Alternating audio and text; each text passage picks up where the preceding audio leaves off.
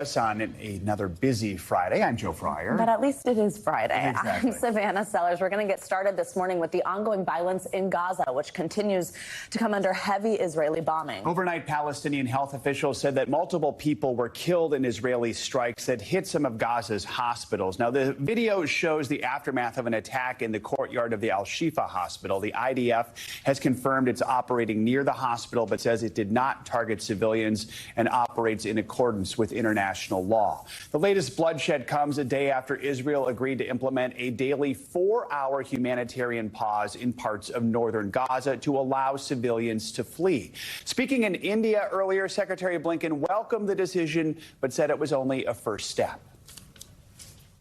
Much more needs to be done to protect civilians and to make sure that humanitarian assistance reaches them. Far too many Palestinians have been killed. Far too many have suffered these past weeks, and we want to do everything possible to prevent harm to them and to maximize the assistance that gets to them. To that end, we'll be continuing to discuss with Israel concrete steps that can be taken to advance these objectives. We've got a team standing by covering the latest developments. In a moment, we'll speak with our terrorism analyst, Jim Kavanagh, about the Israeli hostages in Gaza. First, let's kick things off with NBC News correspondent Jay Gray, who joins us from Tel Aviv. So, Jay, let's start off with the situation unfolding at and around Gaza's hospitals. What can you tell us about these strikes and the IDF's ground operation there?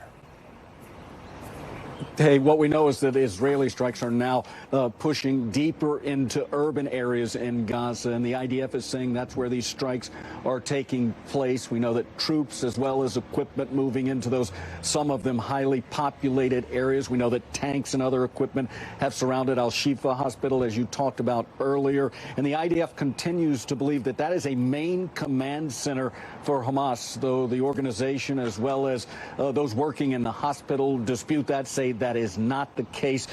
We know a growing number of people had been living in or around that hospital because they figured it would be safer than their homes. Over the last 24 hours, that clearly has not been the case. Jay, as we mentioned, Israel has agreed to these 4-hour daily humanitarian pauses in parts of northern Gaza.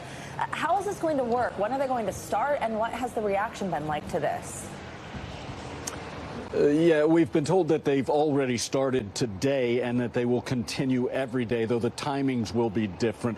We've seen over the last several days tens of thousands entering those corridors, moving from the north to the south. The UN, though, is very direct on this and says that a 4-hour break is not the answer in Gaza.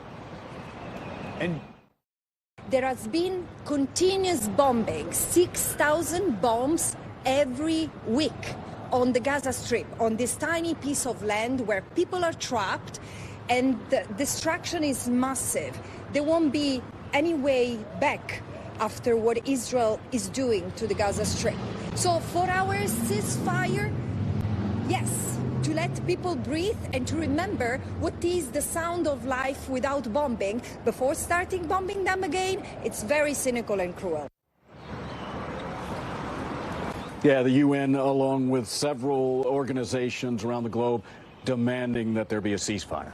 And, Jay, we're also following the situation in the occupied West Bank. The IDF conducted one of its deadliest raids yesterday. What can you tell us about the situation that's unfolding there and the surge in settler violence that we're seeing there?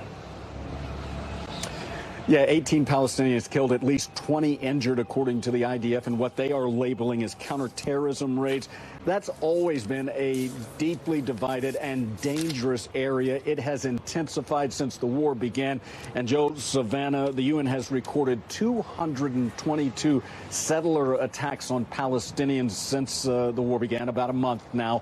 And they say that includes burning down olive trees that have been in families for generations, abusing and attacking those who are there to pick the olives from those trees, taking over or destroying Palestinian homes in the region as well.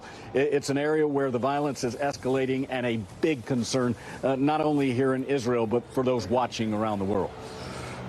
All right, Jay Gray, thank you very much for reporting for us from Tel Aviv. Let's talk about the negotiations to release those roughly 240 hostages that Hamas is still holding and bring in Jim Kavanaugh for more on this. Jim is an NBC News terrorism analyst and a former ATF special agent in charge. So, Jim, good morning. In a televised address earlier this week, a Hamas spokesperson said the only way to guarantee a full release of the hostages was through a prisoner swap with Israel. Prime Minister Netanyahu has refused that. What do you make of that prisoner swap option? Is this an effective tool at this point in what's a war?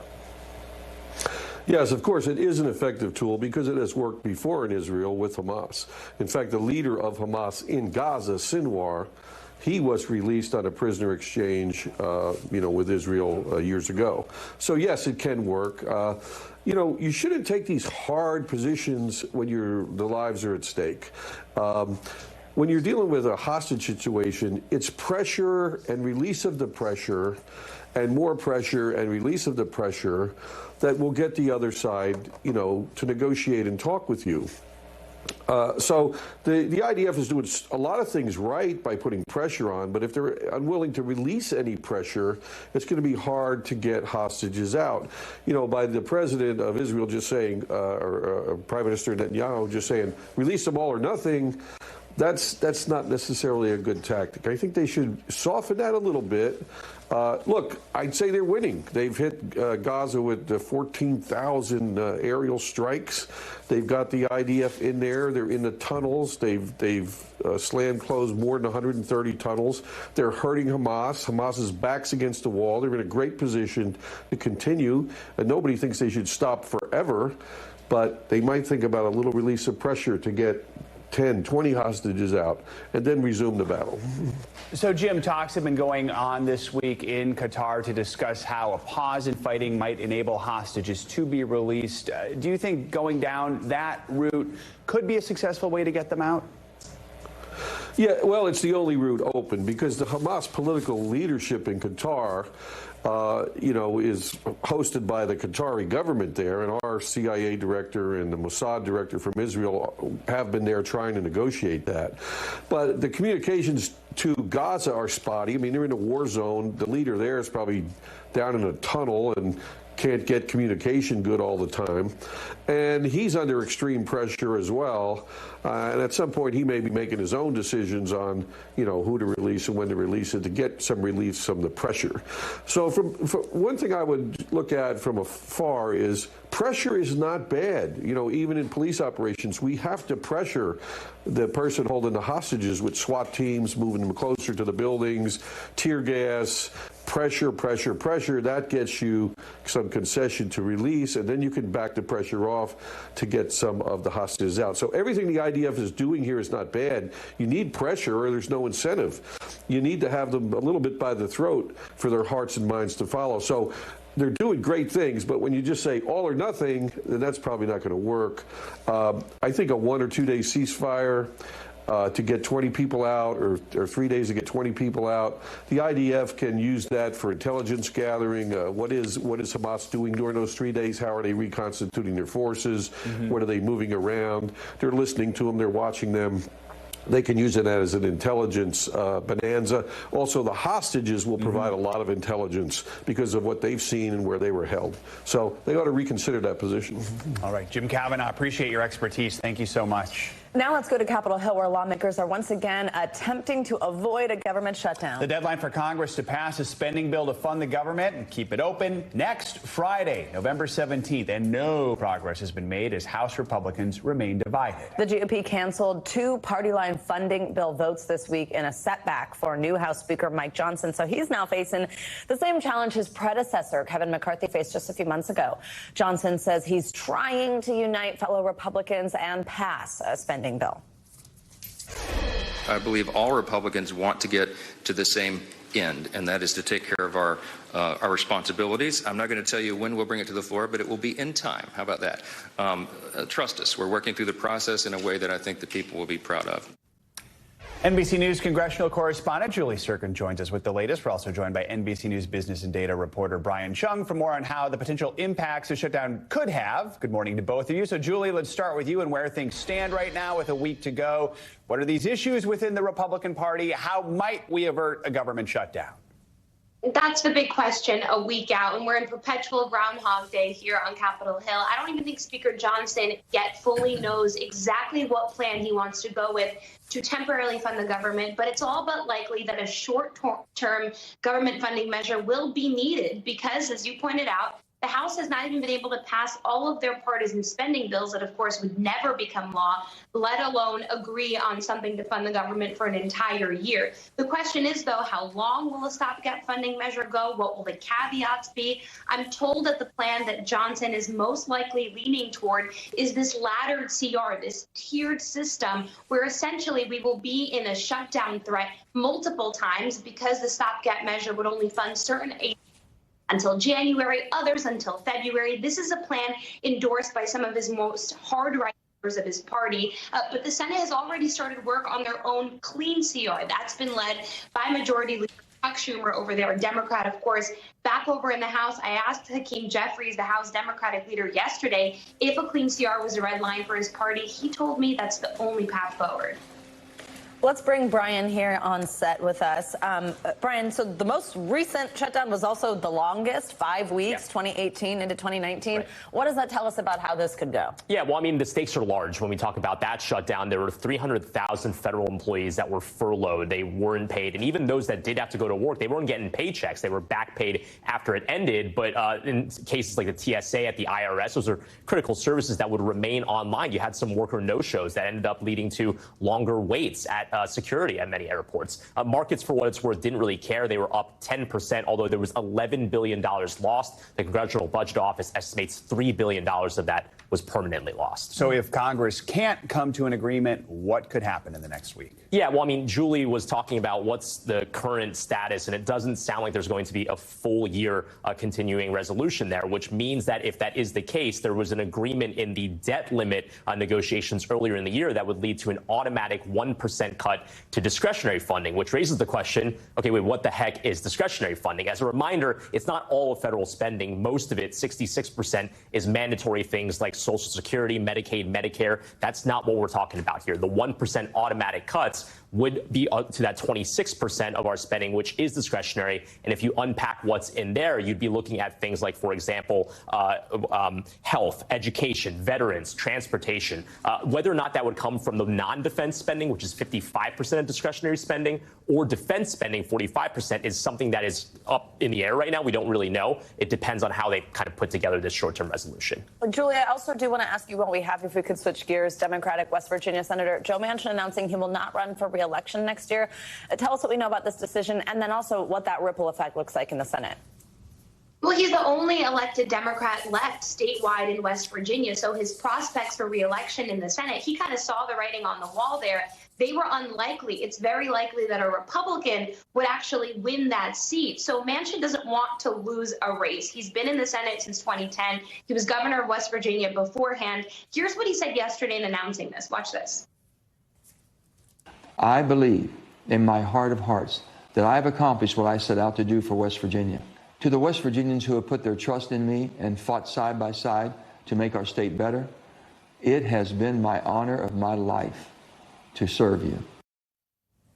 Now, we don't expect Manchin to just go away. He even said that he's going to go on a listening tour around the country. One source told me everything was on the table, even when it comes to a third-party presidential run.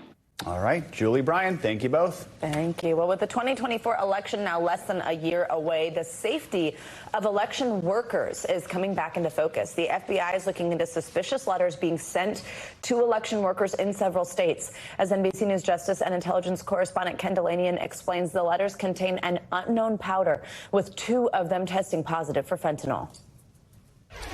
That's right. Law enforcement officials tell NBC News the FBI and the U.S. Postal Inspection Service are investigating a series of letters containing suspicious powder that were sent to election workers and offices in multiple states in recent days. And in at least 2 cases, the powder tested positive in a field test for fentanyl. Officials say it's now being lab tested. There have been no reports, though, of anyone suffering ill health effects, the officials added. Officials in Georgia, Oregon, Washington State, Texas, and now California have all reported suspicious letters that have been sent to election officers or workers. The FBI, in a statement, said said it could not comment on the probe, but urged people to exercise care in handling mail, especially from unrecognized senders. The Texas Department of Public Safety said it had responded to a report of a letter containing an unknown substance that had been mailed to the state attorney general's office in Austin Thursday morning. It said in the statement that preliminary tests on the envelope had come back negative, but that the FBI would do further testing. Law enforcement officials said it's too soon to say where the letters came from or who may be responsible, but election officials are portraying this as domestic terrorism. Georgia Secretary of State Brad Raffensperger, for example, referred to the envelopes sent to Fulton County as terrorism and said in a statement that his office is working with our state and federal partners to determine if any additional Georgia officials are being targeted. And Washington Secretary of State Steve Hobbs told the Associated Press that the incidents in his state were acts of terrorism to threaten our elections. And of course, these letters are coming at a time when election workers have been the subject of heightened threats and harassment in the wake of baseless claims by former President Trump that the last election was marred by fraud. Back to you. Ken, thank you very much. Court is back in session this morning in San Francisco for the second day of David DePape's federal trial. He's accused of attacking Paul Pelosi, the husband of former House Speaker Nancy Pelosi, in their home late last year. DePape has pleaded not guilty. The attack and now this trial are highlighting how conspiracy theories and misinformation online can fuel political violence in this country. NBC News correspondent Steve Patterson is following the case. Yeah, packed courthouse today in the federal case against David DePape. DePape, of course, accused of breaking and entering into the home of then Speaker of the House Nancy Pelosi. It was something of a, I would call, a legal gambit today from the defense. The prosecution laid out exactly what you would expect. They said they have the evidence to show that DePape struck Nancy Pelosi's husband, that he did it in malice, that he did it because of all these conspiracy theories that were sort of churning in his mind and that he posted online.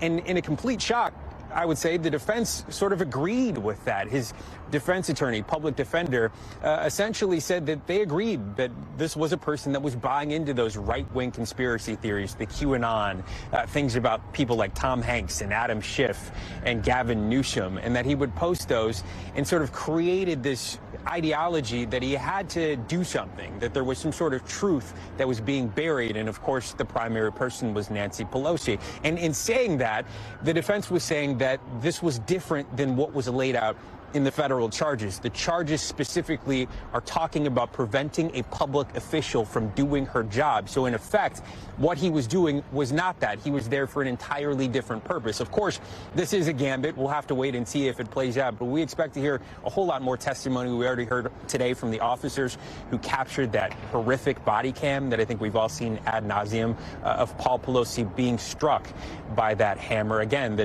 defense not disputing that it happened. We also do expect to hear from Paul Pelosi himself with testimony scheduled maybe as early as Monday. And if DePape is convicted, he could spend the rest of his life behind bars. Back to you. All right, Steve, thank you so much. Let's bring in NBC News legal analyst Danny Savalos. So there's major evidence, obviously, against DePape in this case. We just heard Steve mention the police body cam footage, so we want to give you a warning because we are going to show that. It could be disturbing to some viewers, but prosecutors say he's already admitted to the crimes. What can we expect from a 4-day trial here? The tape, you're going to see Paul Pelosi testify. They have to establish, which I think is going to be pretty easy to do, that he was there and that the assault was committed. But more than that, because we're in federal court and because these charges depend on intent to have something to do with a U.S. official, that would be Nancy Pelosi, they're going to have to lay on that evidence as well, because that's the only reason this case is in federal court. So it's not just about the assault, it's about the intent and the intent to do something to a U.S. official. Walk us through the defense here, this idea that it was not driven by Nancy Pelosi's official duties as a member of Congress even mattering, especially I think when a lot of viewers see, we have that video of what's happening. What do you make of this defense strategy? Yeah, you could call it a gambit. I mean, I see it differently. I see it as, what else are you going to do? Right. I mean, you've got body cam video showing the defendant there. You're not going to argue SODI, as we call it. Some other dude did it. There's no alibi. He's there. This is what happened. So now, as a defense attorney, you sit back and say, here's the stuff we can dispute. Here's the stuff we have no prayer of disputing. So what we're going to dispute is his intent. It's our best and only shot. That the intent, and they're threading a needle, even though there are plenty of statements about Pelosi that are going to come into evidence, that he didn't have the requisite intent for these particular federal statutes. So Paul Pelosi will likely testify next week. What can we expect from that? Obviously, he's the victim. He's going to testify about what happened to him. But more than that, he's going to testify about the statements that the defendant made to him. Those are critical because those go to the necessary intent for the two crimes that he's charged with. This is not run-of-the-mill assault, burglary. That's going to be in another courtroom, in a state courtroom. We're in federal court. And to get into federal court, you have to have a federal nexus. And that nexus is the intent to do something bad to a U.S. official, Nancy Pelosi. So the statements that Paul Pelosi tells the court about are going to be critical, arguably as critical as his testimony about the harm done to him. But again, the government's already got that on video. As some other dude did it. Is that technical term? S-O-D-D-I. Wow. I love when you teach us things. Very quickly, how much impact do you think that the federal trial has on the state one? Little, I mean, except that if he's convicted here, it's a pretty good indicator that he's going to go down in the state court case because they have an even lesser burden of proof there. They don't need to prove that he intended to do anything as to Nancy Pelosi. And all they need is that body cam footage, maybe a little testimony from Paul Pelosi. If I'm the defense in the state court case, I talk about a plea as soon as I possibly can. All right, Danny Savalas, we appreciate you. Thank you. Arizona has been at the center of some of the most divisive and contentious election battles over the last few years. It's not just the results that are under attack, it's election officials, too. And the head election official in Arizona's largest county is working to change that. NBC News correspondent Noah Pransky takes us there. It was a long election month in Arizona 2020. Our call on Arizona is too early to call. The crowd continues to grow. We could be in recount territory in Arizona. We don't feel safe in our work because of the harassment and threats that are based in lies. And for the officials like Stephen Richer at the center of it all, there hasn't been much sleep in the 3 years since. I am a Diet Coke addict. I am a living, walking experiment. And I probably drink, north of 100 ounces every single day. All right, that's a lot. And so election week, you're pounding 50 to 60 Diet Cokes. Yeah. Fueled by a youthful exuberance for due process and lots of caffeine, Richer may be the most important election official in the country's most important swing state. This is our ballot tabulation room. The brain center. If you will, the brain center. Elected county recorder in 2020 in Maricopa County, by far Arizona's largest, Richer's official job is to conduct elections, but unofficially, it's to preserve trust in them. We have these cameras. We hope that they inspire confidence. We hope that they give people an insight into the process. Because since the day he took office in January 2021, this old-school Republican has spent every waking, caffeinated hour swatting down some of the most outlandish conspiracy theories one could possibly dream of, and working to prevent the next ones. Lots of new cages, not connected to the internet, that it's not connected to anything external, since the USB ports are not accessible there. More and more cameras every single year. In many ways, Arizona is this perfect storm for election chaos. Like most Western states, almost all of its voters choose to cast ballots by mail. A huge number of them don't return those ballots until Election Day, and officials, by law, are not even permitted to touch the ballots until after polls close. Add in remarkably narrow election margins in this notoriously purple swing state, and you get elections that are predictably too close to predict within the first couple of days. Seeing the distrust that breeds, Richer's calling for change.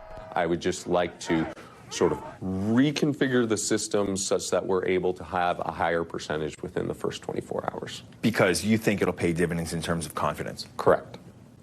He outlined a series of proposals earlier this year that he says will produce faster election results in Arizona and beyond. They range from what some would say are common sense, like changing state laws so election officials can process mail ballots as soon as they're received, to controversial, like ending the popular option of dropping your mail ballot off in person on Election Day. I would say that you have to have your early ballots back to us by Saturday before Election Day Tuesday.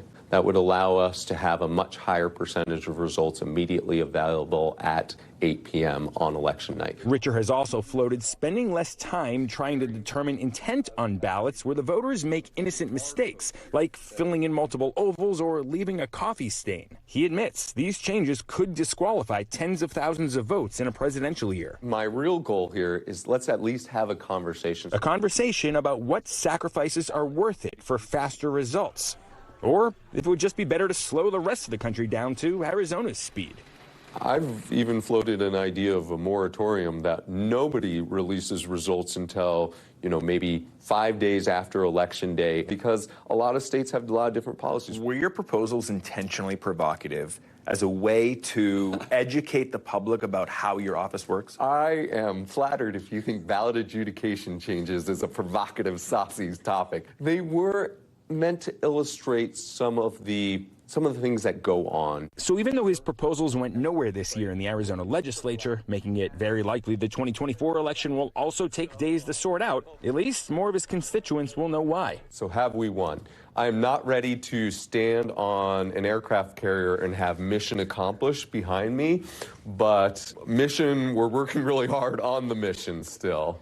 Noah Pransky, NBC News. Thanks for watching. Stay updated about breaking news and top stories on the NBC News app or follow us on social media.